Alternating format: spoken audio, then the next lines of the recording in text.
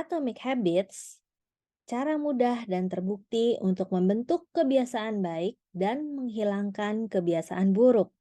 By James Clear. Atomic, an extremely small amount of a thing, or the single irreducible unit of a larger system. Bagian teramat kecil dari sebuah benda atau bagian tunggal yang tak terbagi lagi dari suatu sistem yang lebih besar. The source of immense energy or power, sumber energi atau daya yang sangat besar. Habit, a routine or practice performed regularly, an automatic response to a specific situation. Rutinitas atau praktek yang dilakukan secara teratur, tanggapan otomatis terhadap situasi tertentu. Pengantar. Kisah saya. Pada hari terakhir tahun kedua saya di SMA, tongkat pemukul baseball menghantam muka saya. Ketika seorang teman mengambil giliran memukul, tongkat pemukul terlepas dari tangannya dan terbang ke arah saya sebelum menghantam langsung ke bagian di antara kedua mata saya. Saya tidak punya ingatan tentang peristiwa benturan yang dahsyat itu. Tongkat pemukul itu menghantam muka saya begitu kuat sehingga hidung saya berubah bentuk menjadi seperti huruf U.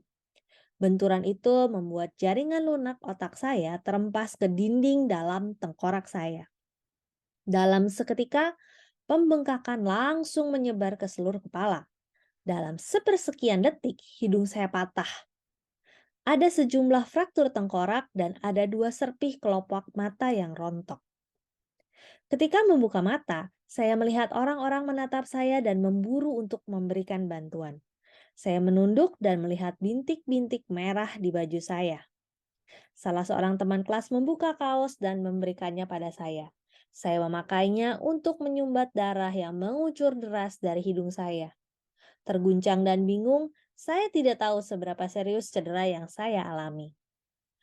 Guru saya merangkul dan mengajak saya memulai perjalanan panjang dengan berjalan ke klinik sekolah, menyeberang lapangan, menuruni bukit, dan kembali ke gedung sekolah. Entah berapa orang yang memapah saya membuat saya tetap tegak.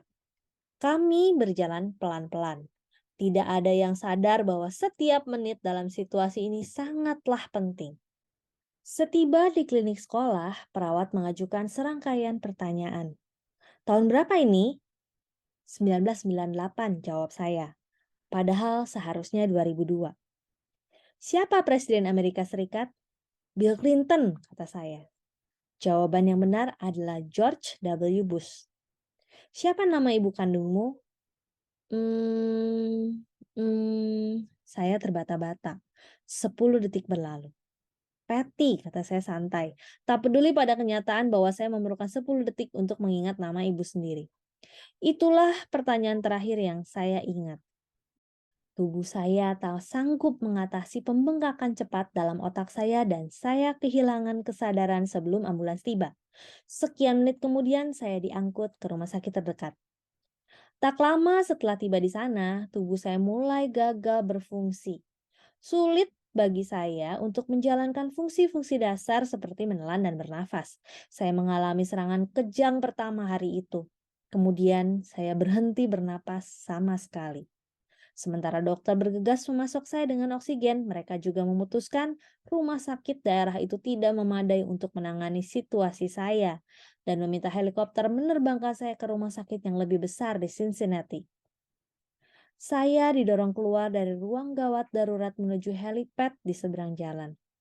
Kereta dorong terguncang-guncang di sepanjang jalan ketika seorang perawat mendorong saya, sementara perawat lain tak henti memompakan oksigen.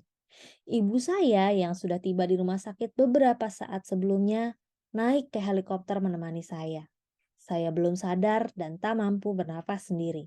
Sementara ibu saya terus memegangi tangan saya selama penerbangan. Ketika ibu saya menemani saya dalam helikopter, ayah saya pulang untuk memberitahu saudara-saudara saya. Dengan berkaca-kaca, ia mengatakan kepada adik perempuan saya bahwa ia tidak bisa ikut dalam acara kenaikan kelas adik saya malam itu. Setelah menitipkan adik-adik saya kepada keluarga dan teman, ia berkendara ke Cincinnati untuk menemani ibu saya. Ketika saya dan ibu saya mendarat di atap rumah sakit, sebuah tim terdiri atas hampir 20 dokter dan perawat langsung menjemput saya di helipad dan mendorong saya ke trauma unit. Saat itu, pembengkakan di otak saya telah begitu parah sehingga saya berulang kali mengalami kejang. Tulang hidung saya perlu diperbaiki, tapi kondisi saya tidak mendukung untuk menjalani operasi. Setelah sekali lagi mengalami kejang pada hari ketiga, saya sengaja dibuat koma dan bernafas dengan menggunakan bantuan ventilator. Orang tua saya bukan pertama kali ke rumah sakit ini. 10 tahun sebelumnya, mereka datang ke gedung yang sama di lantai dasar setelah adik perempuan saya didiagnosis menderita leukemia pada usia 3 tahun. Saya 5 tahun kala itu. Adik laki-laki saya baru 6 bulan. Setelah 2,5 tahun menjalani kemoterapi, pengambilan cairan tulang belakang, dan biopsi sumsum, adik perempuan saya akhirnya keluar dari rumah sakit dengan bahagia, sehat, dan bebas kanker. Dan sekarang, setelah 10 tahun menjalani hidup normal, orang tua saya harus kembali ke tempat yang sama bersama anak yang berbeda. Sementara saya sengaja dibuat koma, rumah sakit mendatangkan rohaniwan dan pekerja sosial untuk menghibur orang tua saya. Ia orang yang sama yang pernah menemui mereka 10 tahun lalu setelah tahu adik saya menderita kanker. Ketika siang berubah menjadi malam, beberapa mesin membuat saya tetap hidup. Orang tua saya berusaha tidur di karpet rumah sakit. Mereka sangat kelelahan, tapi bolak-balik terbangun dengan rasa cemas. Belakangan ibu saya bercerita, itu malam paling buruk yang pernah kualami. Sembuh. Syukurlah esok paginya saya mampu bernafas lagi sampai ke tingkat yang membuat para dokter berani melepaskan saya dari kondisi koma. Ketika akhirnya kesadaran saya kembali, ternyata saya kehilangan kemampuan mencium bau.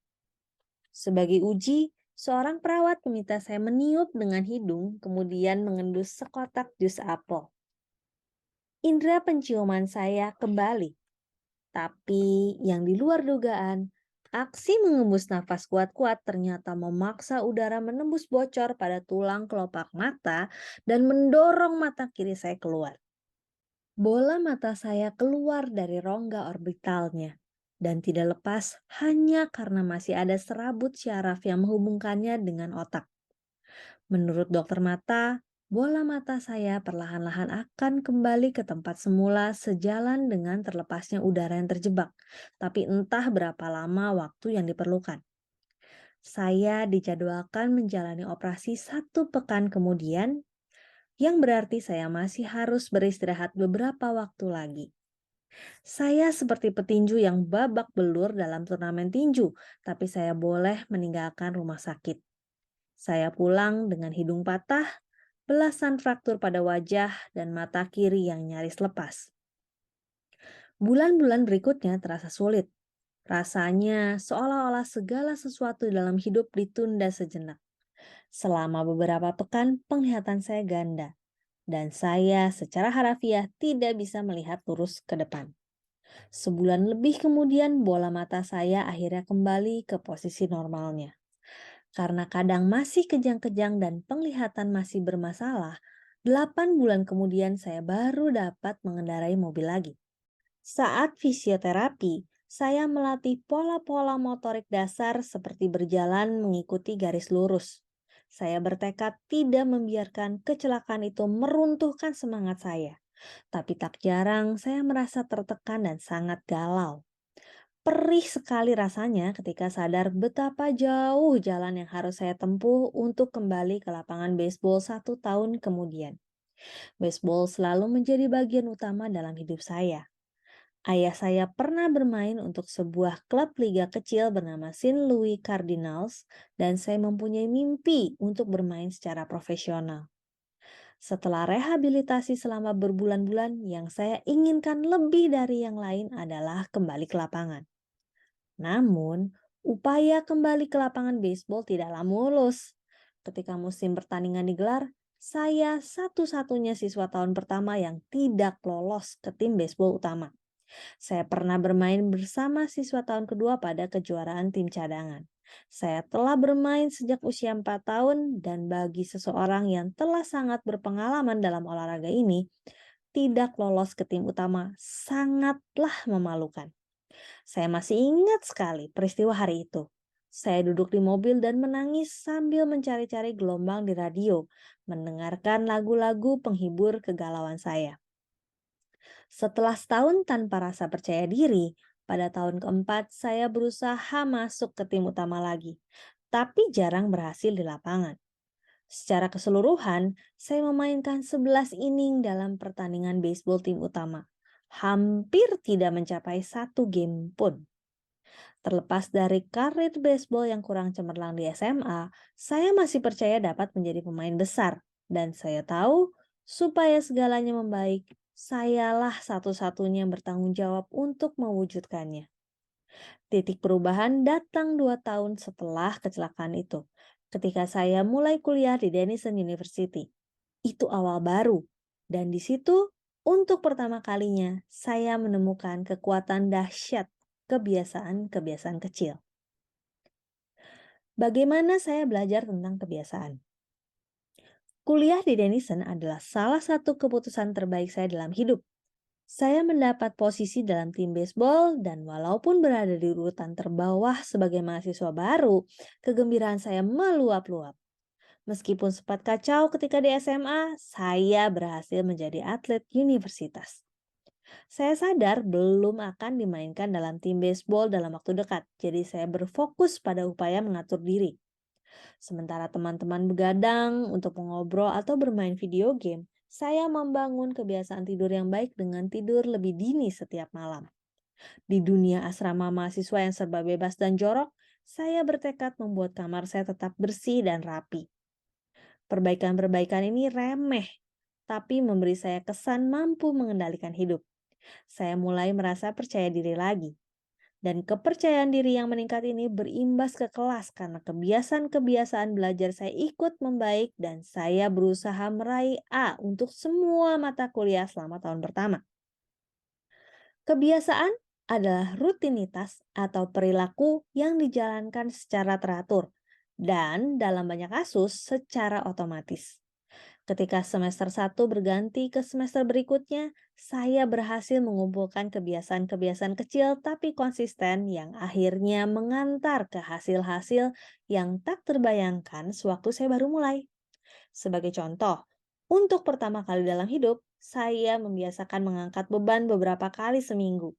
Dan pada tahun-tahun berikutnya, tubuh saya yang setinggi 190 cm bertambah kekar dengan bobot naik dari 85 menjadi 100 kg.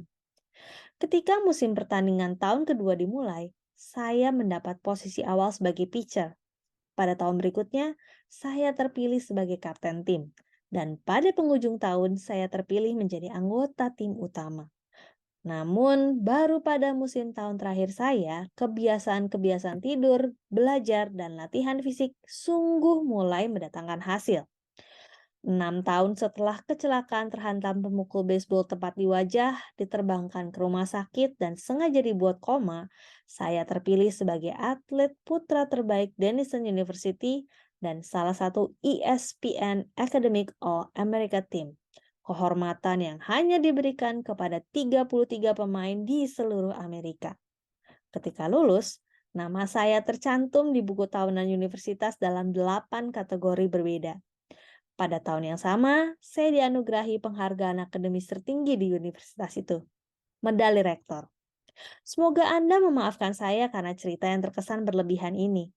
Sejujurnya, tidak ada yang legendaris atau historis dalam karir olahraga saya. Saya tidak pernah sampai menjadi pemain profesional. Namun, dengan mengenang tahun-tahun itu, saya percaya telah meraih sesuatu yang terbilang langka. Saya berhasil memaksimalkan potensi, dan saya percaya konsep-konsep dalam buku ini juga dapat membantu Anda memaksimalkan potensi. Kita semua berhadapan dengan tantangan dalam hidup. Bagi saya, tantangan itu adalah cedera dalam olahraga Dan pengalaman itu mengajarkan sesuatu yang sangat penting. Perubahan-perubahan yang terkesan kecil dan remeh pada awalnya akan memberikan hasil-hasil yang menakjubkan bila Anda bersedia menjalaninya sampai bertahun-tahun. Kita semua berhadapan dengan kemunduran, tapi dalam jangka panjang, kualitas hidup kita seringkali bergantung pada kualitas kebiasaan kita. Dengan kebiasaan yang sama, Anda akan mendapatkan hasil serupa. Namun, dengan kebiasaan yang lebih baik, apapun menjadi mungkin. Barangkali ada orang yang mampu meraih kesuksesan luar biasa dalam semalam. Saya tidak kenal satu pun di antara mereka, dan saya jelas bukan salah seorang di antara mereka.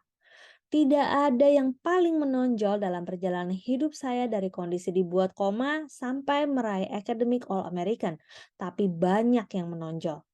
Yang terjadi adalah evolusi bertahap, serangkaian panjang kemenangan kecil dan terobosan sangat kecil. Satu-satunya cara yang membuat saya maju, satu-satunya cara yang saya pilih adalah mulai dengan hal kecil.